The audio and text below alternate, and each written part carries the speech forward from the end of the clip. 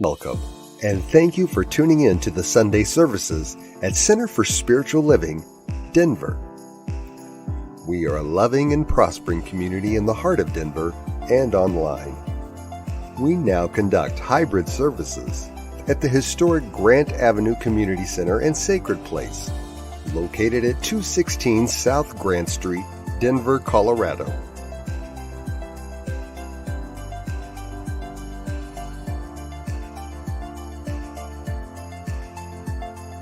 All are welcomed here. A place, space, and face of love. We are a spiritual community practicing universal principles that enrich our lives. We are grateful that you have blessed us with your presence. While online, we'd love to know you're watching with us. Feel free to leave a comment and let everyone appreciate you. With everything going on, life can feel overwhelming. CSL Denver wants you to know we are here for you. Please know that our practitioners are available for personal prayer work. Our licensed spiritual practitioners' names and phone numbers are available on our website at csldenver.org. Or if you have a prayer request, feel free to email it to info@csldenver.org. For your convenience, you'll find clickable links in the description of this broadcast. Rev L. Zia, along with all our guest speakers, practitioners, service coordinators, and musical inspirations, want you to know how truly grateful we are that you are with us today. Thank you for your continued support and participation in our services, workshops, and events, as well as providing financial contributions to our center. If you're interested in upcoming events and information, we send out weekly newsletters. Sign up by visiting www.csldenver.org.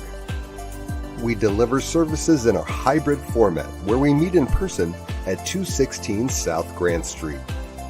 We will also continue to live stream all services on Facebook and YouTube every Sunday. Find us on our respective channels as well as on New Thought Media Network. Again, thank you for your precious attention. Now prepare for engaging enlightenment.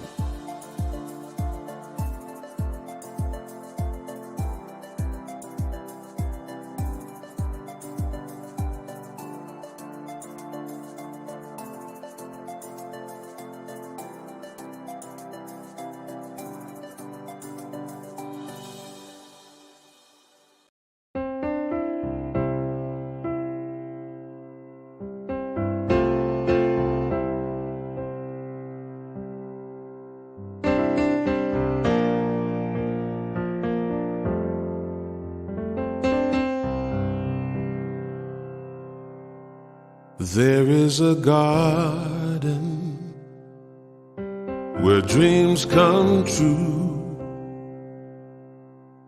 a beautiful garden where God's grace blooms. There is a garden where everything grows, a beautiful garden where love is sown. And in this place of light and love, you can have anything that you're dreaming of.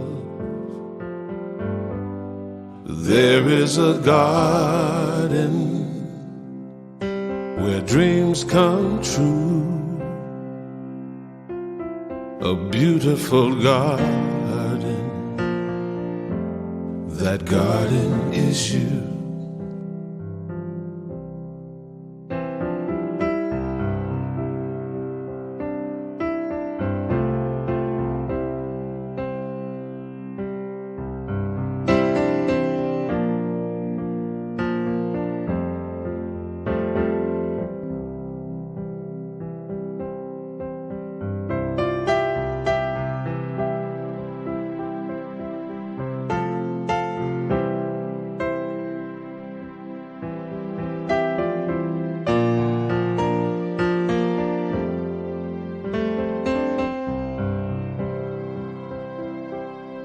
And in this place of light and love, you can have anything that you're dreaming of.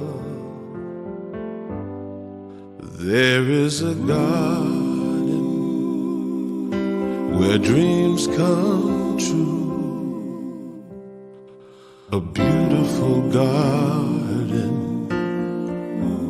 That garden is you. Such a beautiful garden. That garden is you.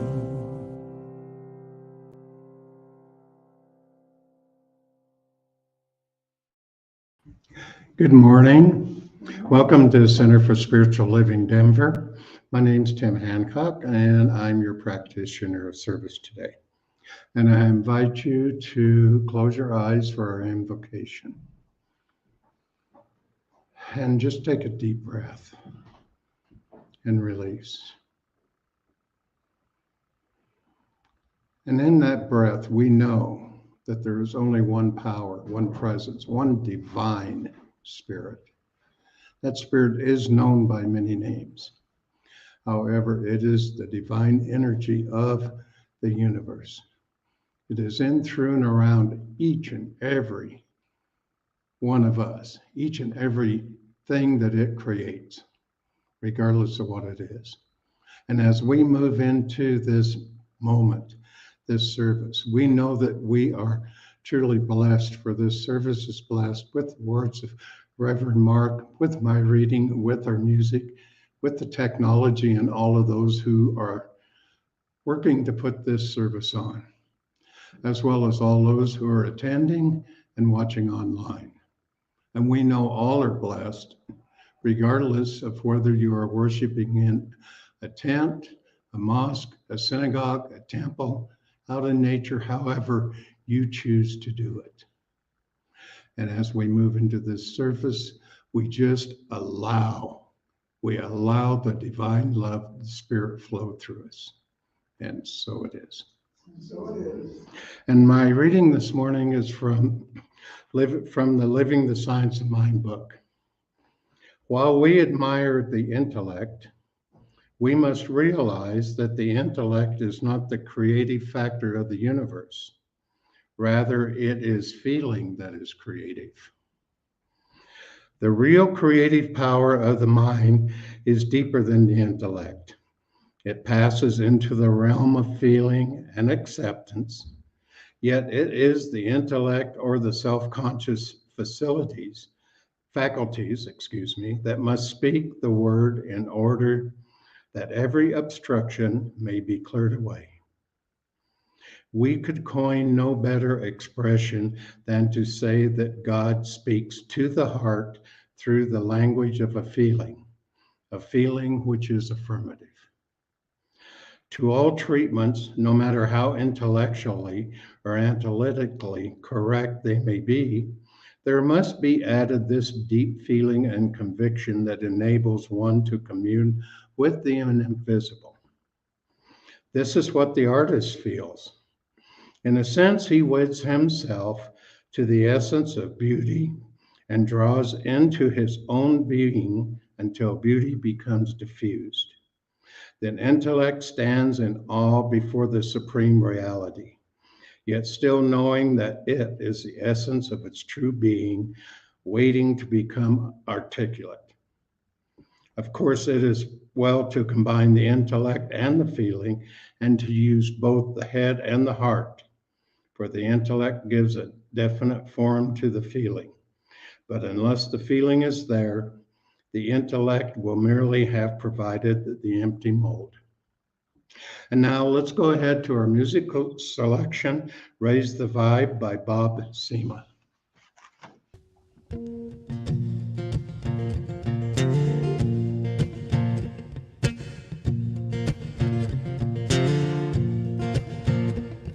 There's a shadow on the wall, there's a bomb about to fall. There's a knocking on the door, it's not so gentle anymore. And there's a bird about to fly, There's a herd on the run. It's beginning to be so clear they might know something that we don't. And there's a rising of the tide. There's an anger in the sky. There's a frequency and vibration that will not be denied. And there's a phone about to ring. It's a call we got to take. It's a message from the future, a blast from the past, and it's calling out your name to light your fire. Fan your flame. Do what you must be, still be strong, be bold, be brave, and meditate. Go to your altar. It starts inside. Raise your hands, raise your hearts, raise your voice, raise your thoughts, raise the vibe. Raise the vibe. Everything we thought we knew is all up for review. Everything gonna change for the better. It's not a breakdown, it's a breakthrough. And we sang this song before. We danced all over this floor. But the whisper we heard in the breeze, my friend, it's turned into a roar. To light your fire, fan your flame. Do what you must be, still be strong, be bold, be brave, and meditate. Go to your altar. It starts inside. Raise your hands, raise your hearts, raise your voice, raise your thoughts, raise the vibe. Raise the vibe. Raise the vibe. Raise the vibe. Every hand you touch, every eye you see, every breath you take, every word you speak, every truth will begin to rise, every lie will finally die, and the end will come to the fear and shame. Everything will be called out by its name. No, nothing hides and nothing slides, and only love survives. Raise the vibe.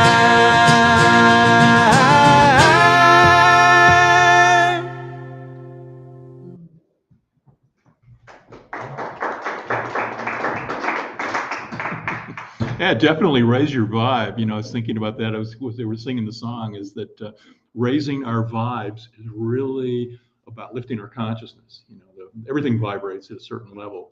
And as we move towards the oneness of spirit and lift our consciousness up to an awareness of that, we vibrate at a higher level. So when they're singing about raise your vibe, that's really, in my mind, what they're talking about. Welcome to everybody here in the room at CSL Denver. I want to thank you for coming out. I had a couple of snowy, cold days. It was 18 degrees as I was coming in this morning.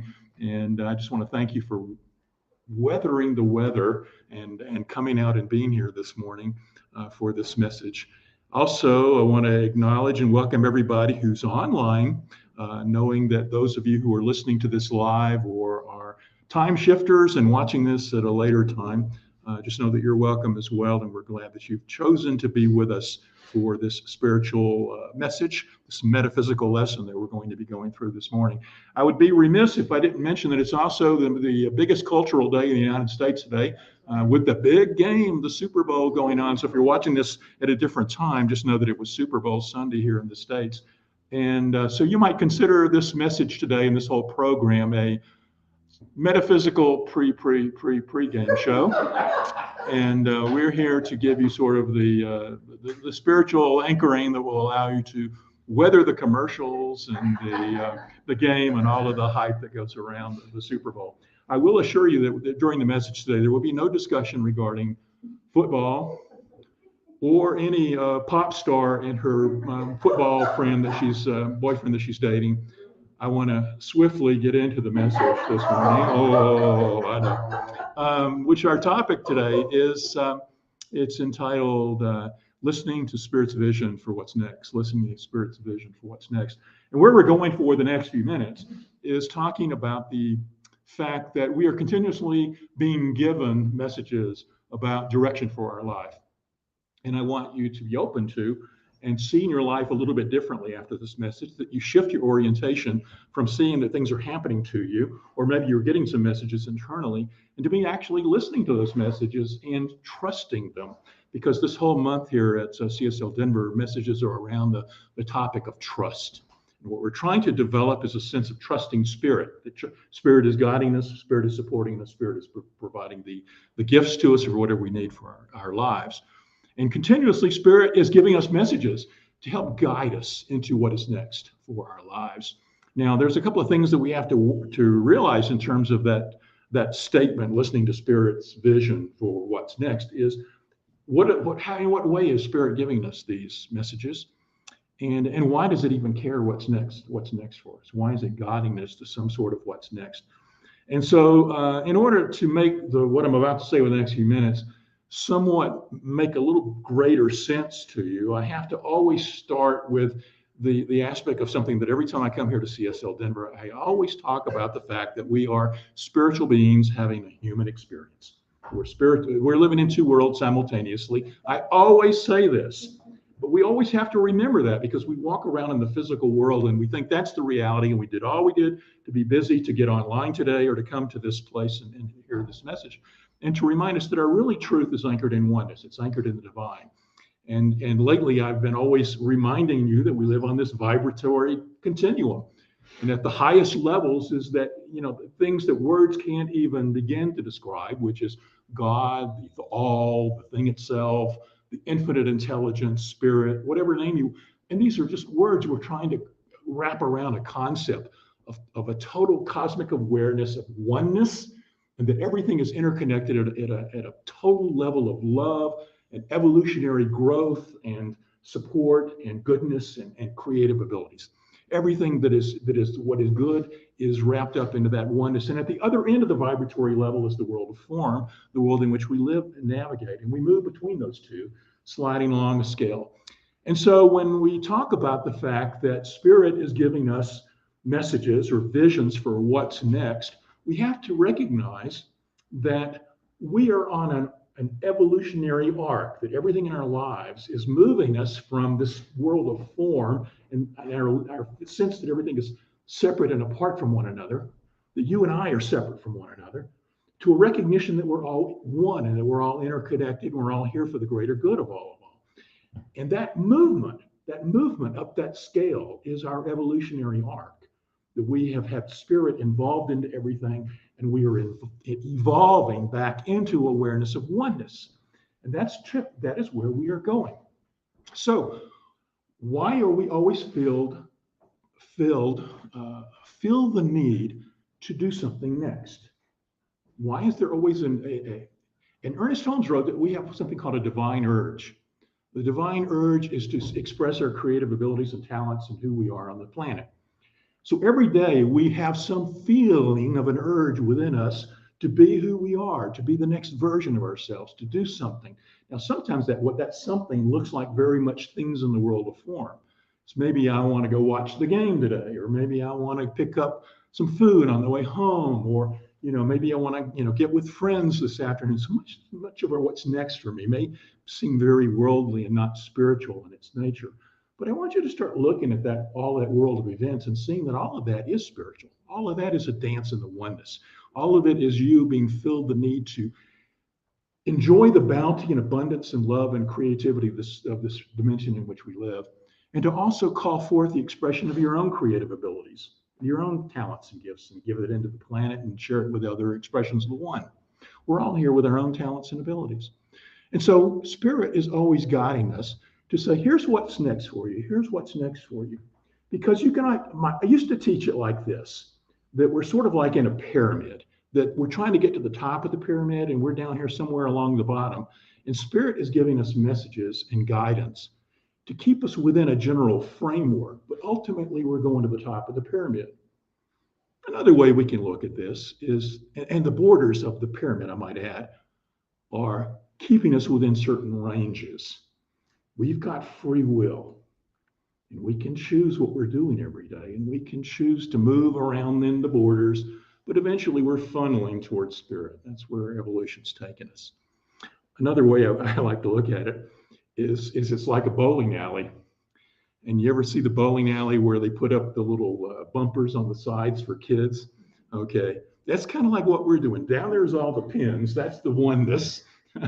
And here we are rolling our ball. And we can roll it very lightly such that it comes back at us. We can roll it where it sort of curves around inside. We can put a little spin on it where it stops and spins for a while and a little eddy on the thing. But eventually, if we put enough energy into our movement, it will move towards all of the pins. So we are ever moving forward to that evolution of knowing the oneness of everything that is. But sometimes we can go sideways.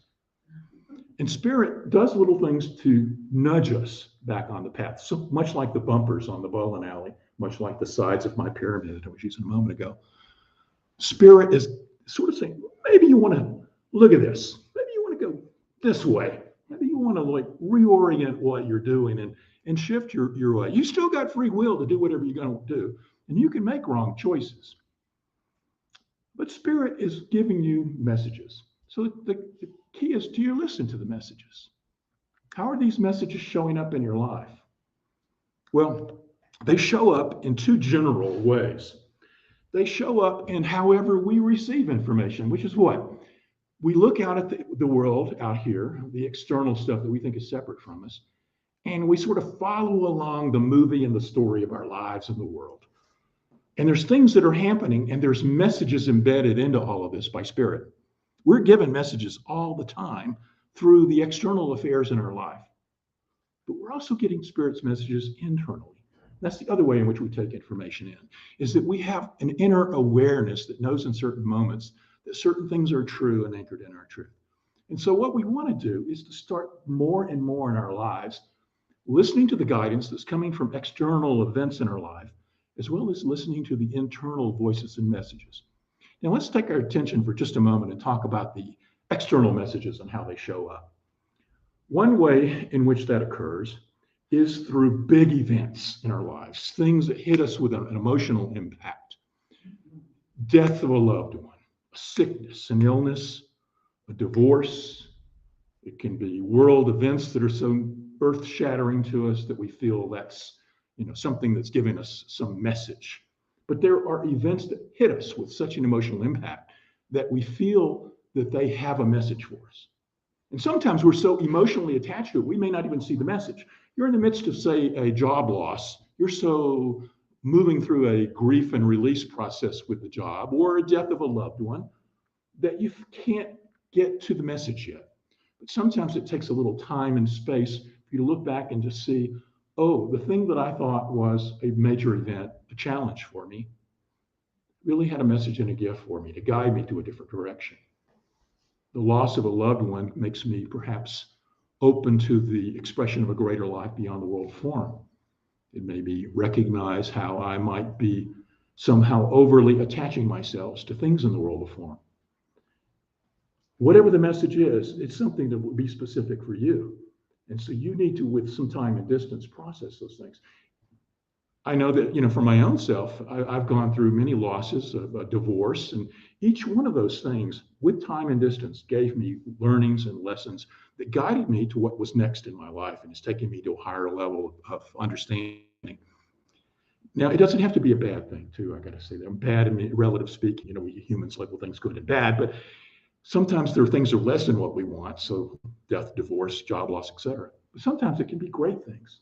Some of the biggest things that have given me learnings are the birth of my children or the birth of my grandchildren. They have reoriented my learnings as well. Falling in love, having a deep relationship with someone, getting a new job that is great and wonderful and allows me to express my gifts. There are these things that we can look back at our life and patterns, the big events that occur. There are Spirit's messages embedded in all of this for us. Another way it shows up is through coincidences. Now, I love this, and it was really heightened by the book Celestine Prophecy about 20 years ago. A lot of that book was about the fact that we look for Spirit's messages and coincidences in life.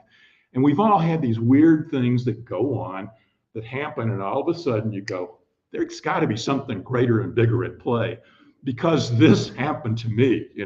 A quick example for me was back about, I want to say maybe 18 years ago. My wife and I, my current wife and I, we weren't married at the time, but we got together with some people and they said, hey, I've got this psychic coming into town. You want to get a reading? And so I went to one psychic and got a reading. And while that was being planned, we heard, oh, another psychic's coming into town, another friend. This never happened, sort of thing. But on the heels of the worldly events, I had psychic 1, psychic 2, and a channeler, all within a period of 3 months. And the weird thing was, I went to the first one, and she says, I see you working with the United Nations. She threw out this picture, which looked like one of those airline maps, where there's the cities that are the anchors, and they got the arcs to other cities. And she drew that for me. And well, that's weird, but okay, thank you. And then they go to the second one, and all of a sudden, that one says, you're going to be working with the UN. And the third one says, you're going to be working with the United Nations, and had the airline map thing again. And I thought, okay, now these people didn't talk to one another, did they? To tell me this weird thing. At that point, I said, maybe I need to look at this. Maybe I need to look at. So I started studying the UN, talking to people about the United Nations, et cetera, et cetera. Now, I don't know. To this day, I really don't know what the specific message was for me in that, but it did cause me to stop and look at what was next for me, and is there a message in this for me? And it doesn't have to be coming through psychics and channelers. I want to be very clear about that. It can be coming by something just happens. Somebody tells you one day, you ought to read this book or go to this movie.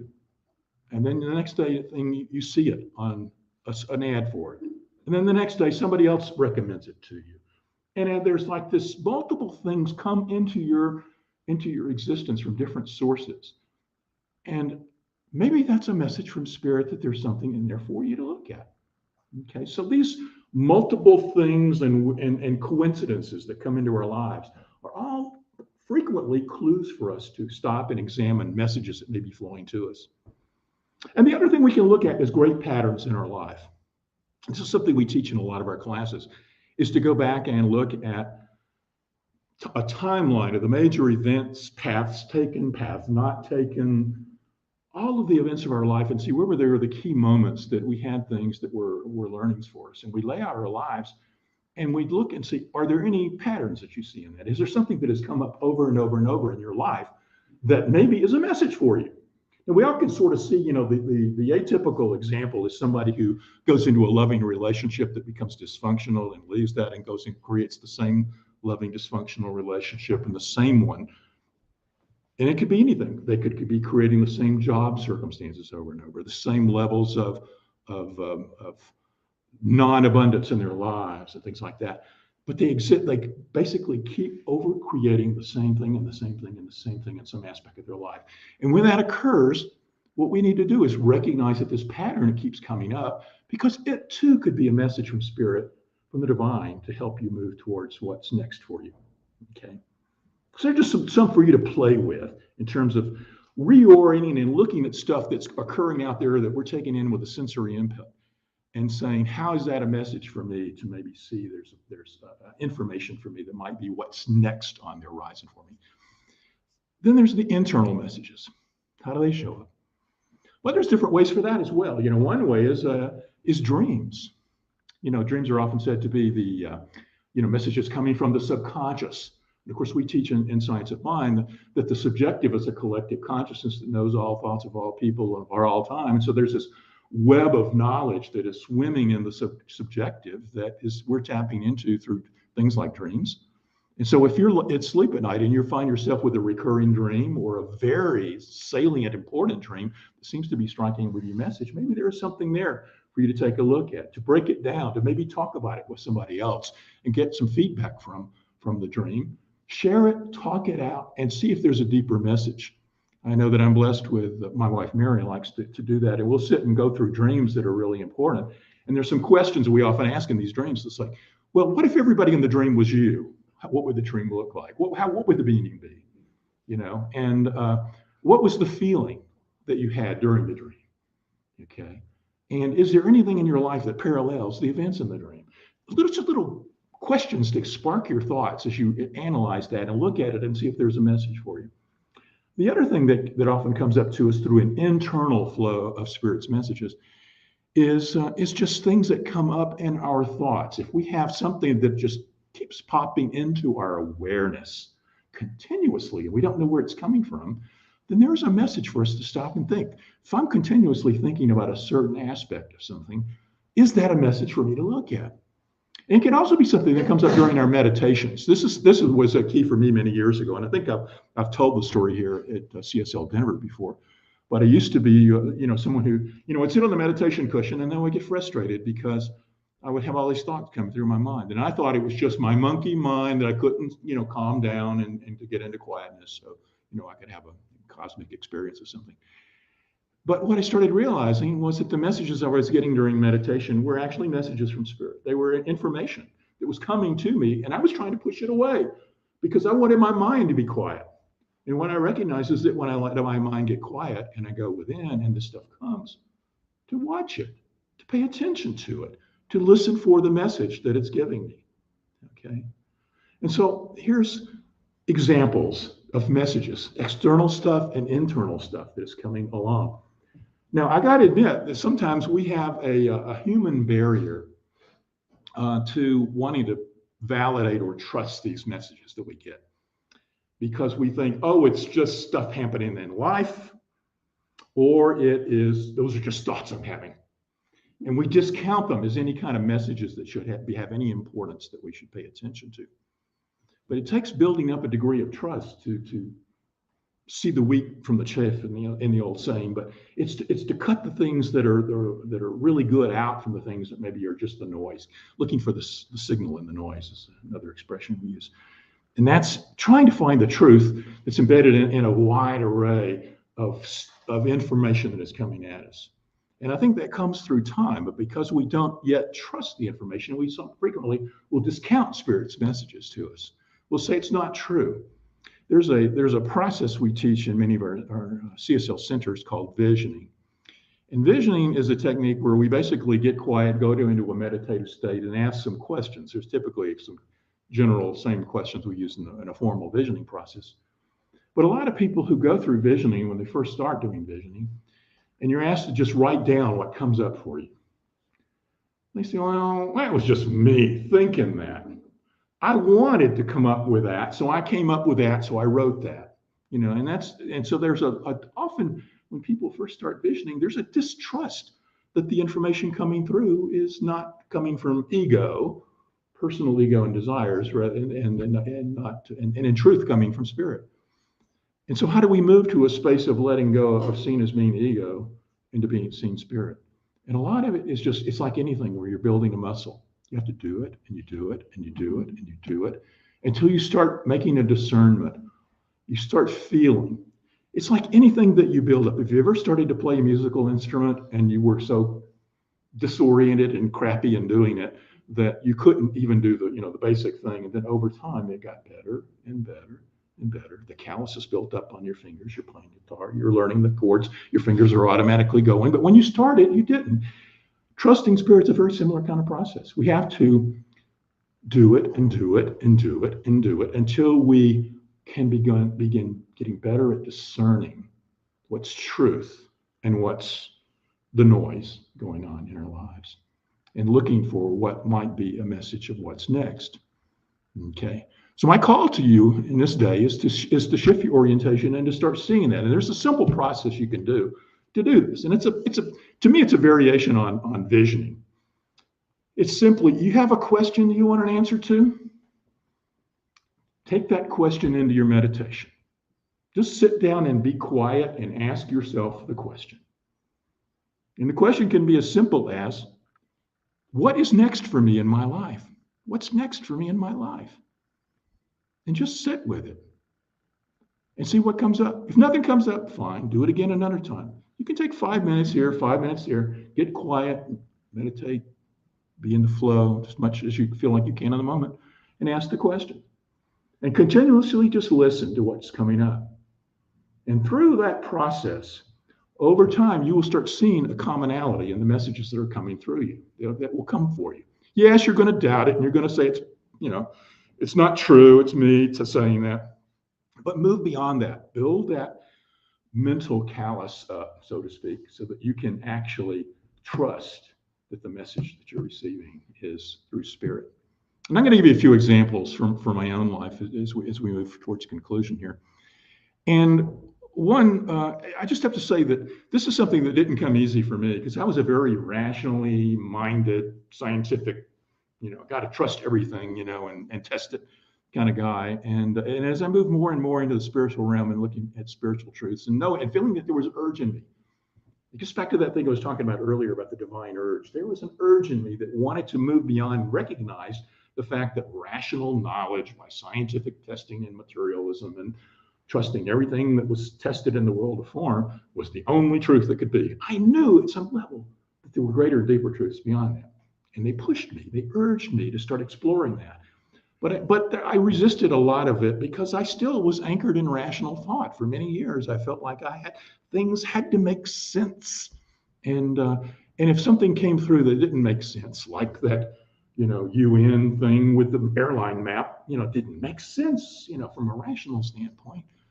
But I just an aside to that one. I look back on it in time and realize it led me into looking at things through a global focus. It led me into seeing things beyond the world of form for truths. It made me see that there are truths and knowledge that exist beyond this realm of the stuff that we interact with each day. To know that there is this greater, back to my continuum, there is a greater expansion into the divine, into oneness. It pulled me up that vibratory level to a higher level by just the very nature of asking the question and hearing that answer. And it led me on into working with Centers for Spiritual Living and being their first global services coordinator. I often think the very nature that my life led me into a series of spirit guidance into that role and to help support communities like this around the world really was the message that I was being given that day. It really was.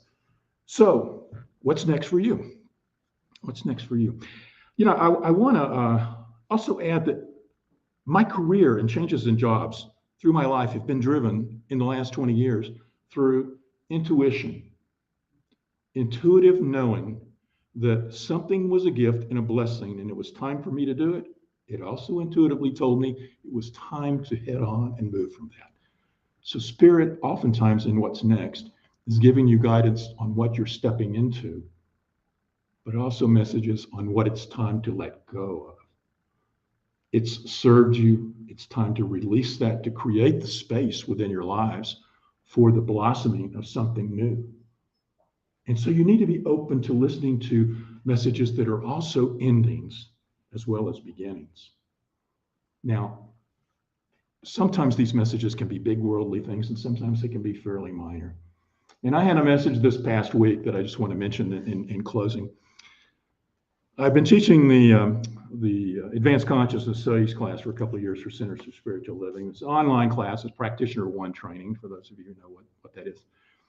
And this past week, we were having our class, and I have a technical assistant who is a Science of Mind practitioner in California who supports me with technical stuff on the call. And the members of the class were off in breakout groups for the moment, and then she and I were chatting, in the main room on Zoom. And in that discussion, I mentioned something about, every year in the final years of his life, Ernest Holmes read Sri Aurobindo's The Life Divine. And what am I talking about? Okay. Well, of course, Ernest Holmes is the founder of our philosophy, but Ernest, in his last years, there was this Indian philosopher and spiritual teacher named Sri Aurobindo who worked with another person called the Mother. And they wrote a number of books, but he also wrote this big, massive tome called The Life Divine. It's over 1,000 pages, and some other books. And in that, he's often called the first integral philosopher because he wanted to meld the material and the spiritual to see the truth in both. And because of that, he's called integral. And we think of integral nowadays by Ken Wilber and all of that, but he's often called that because he was first used the words integral in some of his writings and teachings. And so, but Ernest in his final years of his life. And so I mentioned this to the practitioner while we're in the Zoom room, waiting on the class to finish their breakouts. And she said, I've never heard of that book. And I said, well, let me show it to you. I got it on my shelf back here. Now, it's been on my mind to read. It's been floating around in my mind. And so I pull it out and I'm showing her this big 1,000-page book and talking about how Ernest used to read this. And she said, have you read it? And I'm like, well, no, I've read some other books by Aurobindo and books about Aurobindo. And so part of me is like, maybe it's time I read this book. Maybe it's time to read this book. And so I left the book off the shelf and brought it up to where I could read it and started reading the book. And here is something he said in the very first chapter. That he said that and I'm paraphrasing it, but the gist of it was that all of our humanity's problems are due to a state of lack of harmony. Lack of harmony. And what do you mean by that? What do you mean by that? Well, he goes on to describe that there's a world of spirit, the infinite, the one, that wants the best for us, that has information for us that's the highest and greatest for our good. It's the pattern that we know in our souls that is our truth. But that we often feel a sense of discord in our lives. Things aren't lining up right. And they're not in harmony with what's the greatest good for our lives. So in this very book that I'm being intuitively drawn to read, that I've talked about and I've had it on my shelf for years, in the very first chapter, he was talking about what I knew I was going to be talking about today, which is this lack of harmony, and that we need to find the messages from Spirit that are telling us what we need to do, to be like the bumpers on the bowling alley, the sides of the pyramid. They're moving us towards Spirit. What is Spirit nudging you back into? Spirit is nudging you back into your greatest. It's nudging you back into a sense of being in harmony with Spirit's vision for your life. We as a spiritual being moving through this experience are continuously evolving and changing. We're continuously being urged to express our creative abilities. We're continuously being urged to be a conduit for Spirit to express the glorious creative nature of this life. And the way in which we can do that is to be in alignment, in harmony with Spirit's vision for our lives. Yeah, we can take our free will and bounce around and do a lot of crap. Not be in alignment, be in discord.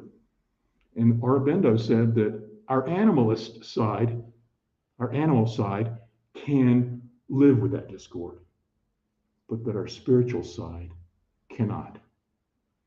It wants us to be in harmony with the divine.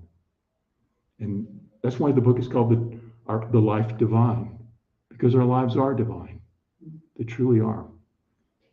And the more that we can move away and make our choices be in alignment with our greatest truth, that we are love, we are joy, we are peace, we are all one, and that anything that is in our awareness that says we are separate and apart, that we're in competition, that we're in fear, anything that is less than that is not in alignment with our truth. Ernest Holmes has the greatest statement about how do you know something is true for you? How do you know that if you're hearing Spirit's messages for what's next, how do you know that what you're feeling and what you're called to do is in your greatest and highest good? And he said, if what you're called to do, and I'm paraphrasing, but essentially it's this, if what you're called to do expresses more love, more joy, more happiness, and more life without harming anyone, then it is good. So as you're listening to the messages of Spirit to guide you as to what's next, and you're wanting a yardstick, ask yourself that. Does it provide more goodness? Is it bringing me into alignment or harmony with Spirit? And is it harming no one? And if it is, it's good. And the message is guidance. And let's trust it. So let's pray.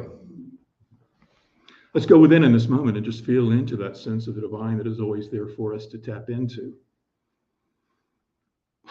As we just breathe into the God energy, allowing it to fill our awareness in this moment, we simply know that we are spiritual beings. We know that we are all one. And we know that the individual life that your expression in your individualized way is perfect, and that you're open this day to listening to the message of the Spirit is continuously guiding you to nudge you onto your path for what's next in your life.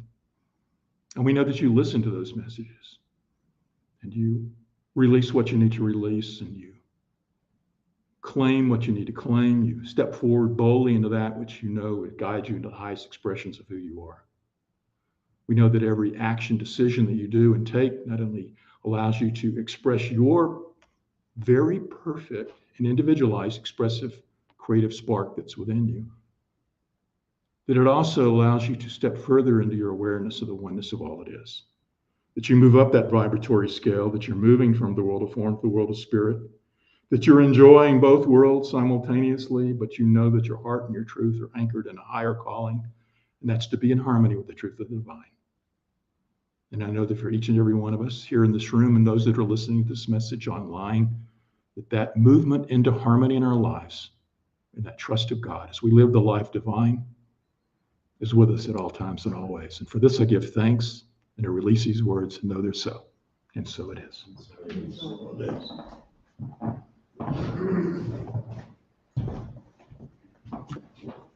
Thank you, Reverend Mark. Beautiful, beautiful message today. And now it is time that we are so grateful and blessed for everyone's support here at Center for Spiritual Living Denver, whether it's in time, treasure, or talent, and especially during this time of change. Whether this is your first time joining us or you're a returning community participant, we want to thank you for your continued financial support for the important work we're striving here to provide at Center for Spiritual Living Denver. Right now, there are several ways that you can make your financial contribution to CSL Denver, and this information is running along the bottom of your screen.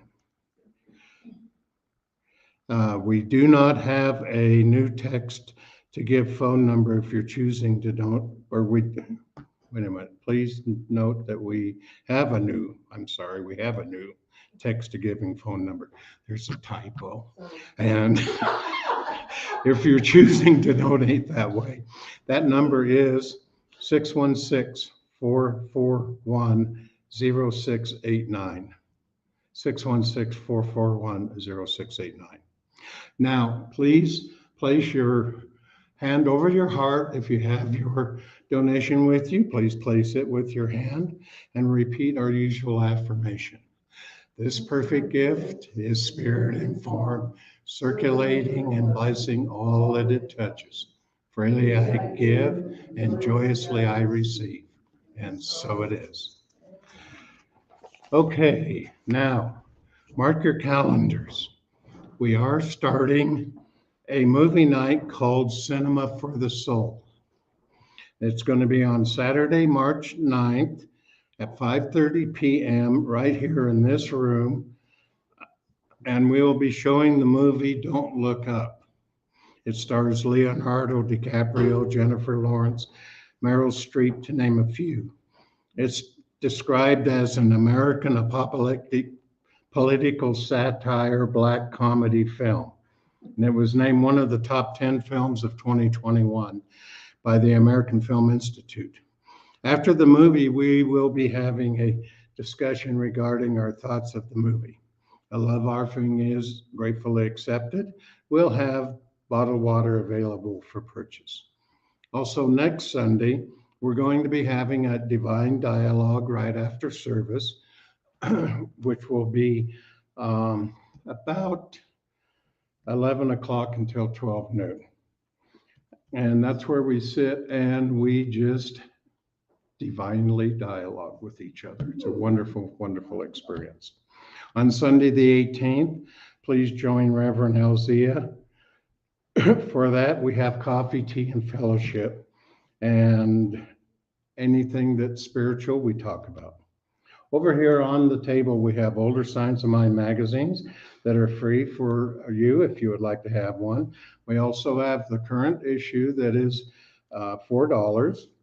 And there's a love offering tray over there you can put it in. If you'd like to hear some good news of the world and affirm good news of the world, we have a link on our Facebook page called And Now the Good News. This program is put together by New Thought Media and airs on Friday at 5 p.m. Mountain Time, or you can watch it anytime during the week. Just go to Center for Spiritual Living Denver Facebook page, click on any post that says, "And now the good news." New Thought Media has over 40 hours of weekly broadcast programs, and we invite you to go to www.ntmedia.org. Check out what they have. There's something for everyone. And right here, right now, we are so truly blessed by everyone who's chosen to support CSL Denver by showing up on Sunday or watching our services online. We know that as we move through the rest of the year, the Divine Beloved is guiding and loving each and every one of us. So thank you very much for joining us. And now let's close out with Karen Drucker's "I Am So Grateful," and then join us for fellowship afterwards. Thank you. Hey, I'm so grateful.